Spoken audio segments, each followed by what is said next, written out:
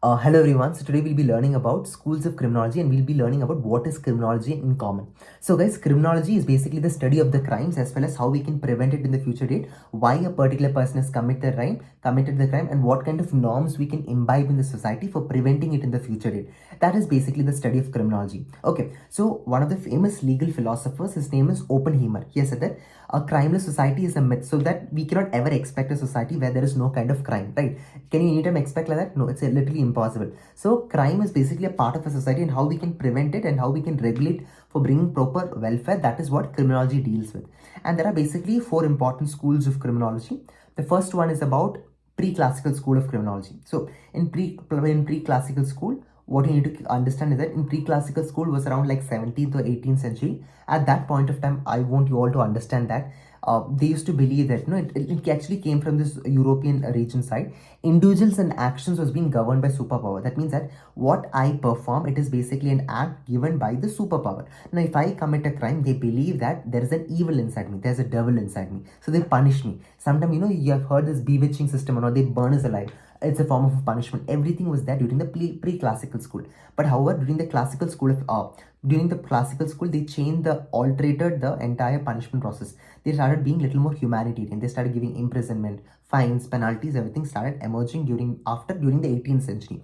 This was during the classical school, And along with that, in classical school, I want you to understand that there is a theory called as free will theory. That means that every human being know what is right and wrong, and if he's committing a wrong, that means that there is a aspect of crime, there is an aspect of punishment that needs to be coming to me. Now in the classical school of in criminology, they have actually set up a table that is called as the classification of the school of criminology. So in these four tables, the first one is about rationality, second one is hedonism, third one is punishment, fourth one is human rights. So what do you understand by the concept of rationality? Very simple. Rationality means what? Rationality speaks about the free will. Okay, remember, rationality speaks about the free will. So this concept was highlighted especially in the classification schools of criminology. They spoke about free will. Second one is about the hedonism. What do you mean by hedonism? Hedonism, they believe that crime is a part of a society. If crime is for pleasure but harm it is creating for the society. Third thing is about the punishment. Fourth thing, they highlighted about human rights. They uplifted that the crime punishment depends on the gravity. So the punishment of the human beings, the punishment for offender will be based on the gravity of the issue which is committed. So remember, under the classifications of criminology, there are four important aspects: rationality, free will theory we learned already, rationality, punishment, hedonism, human rights. These are four important components for it. Rationality, which under that free will be coming, and then we learned about human rights, preventive, as well as hedonism. Hedonism is what we learned. Now under the third school, that is about the positivist school. So what happened in positivist school? Positivist school, they were against the principles of the free will, and they believed that for a person to commit the crime, it's basically because of three important factors. One is biological factors, social factors, and psychological factors. Three important factors. But during this time, three propounders, philosophers came into limelight. That was about Lombroso. So Lombroso, Enrico, and Raphael. So Lombroso believed what? Lombroso believed that the beauty of this particular this is that Lombroso believed on born criminals. So what does Lombroso believe on? Lombroso believed on the born criminals, and he felt that the crime existed because of these kind of people. He put a classification because of born criminals, insane criminals, as well as criminals. Okay, three factors he put for it. Who put it? Lombroso. Whereas Enrico, who was the next legal philosopher, he was against the principle of what Lombroso about, like born criminals, insane criminals, or criminals. He basically said what were the main reason for a particular person to commit a crime. It could be, first one, he said that it could be because of the geographical place. Second one, it could be because of the psychological factors. Third one could be because of the anthropological factors. And then fourth one could be in terms of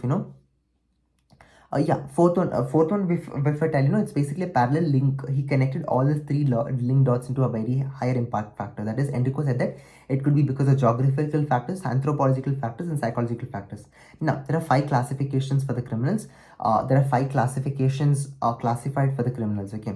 First important classification which Enrico has basically done is that born criminal. He said about there was an existence of born criminal, you need to stop it. Second one, he mentioned about insane criminal, born criminal, insane criminal, and then he emphasized about born criminal, insane criminal, habitual criminals, and then occasional criminals, and criminals and passionate criminals. So these are the 5 classifications given by whom? Enrico. So born criminals, insane criminals, and then he classified again into 3 categories. Who are those? Occasional criminals, passionate criminals, and habitual criminals. So Enrico basically classified them into furthermore. So now last propounder was last legal philosopher was whom? That was Raphael Garofol. So what did Raphael Garofol do? Raphael Garofol said that there are 4 important types of criminal. One is about endemic criminals. Okay, so what do you mean by endemic criminals? So he said that endemic criminals are those kind of criminals who committed the murders.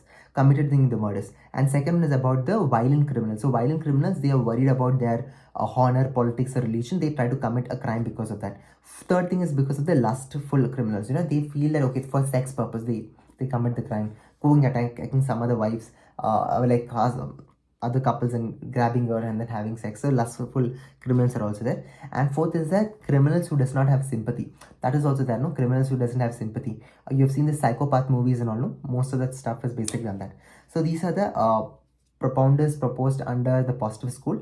Now the last school is about the neoclassical school. So neoclassical school, they came to a conclusion that, see, we will be providing punishment provided in which if that gravity of the punishment is basically changed. For example, they look into other kind of gravitational factors.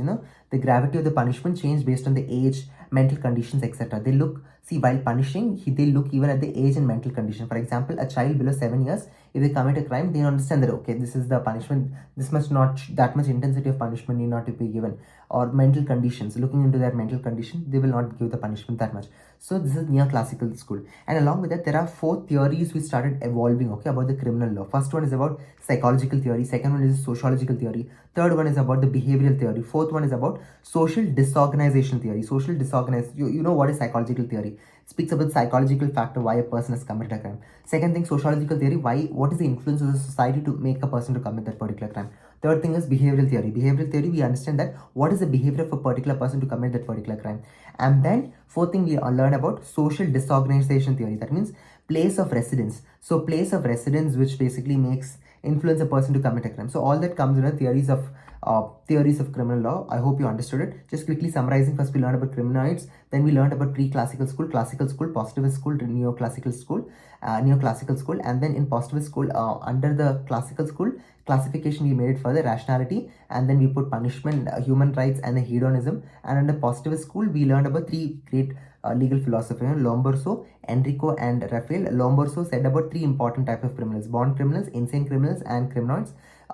Enrico basically proposed that factors influencing a person to commit a crime because of geographical factors, social factors, and social and psychological factors, and then anthropological factors.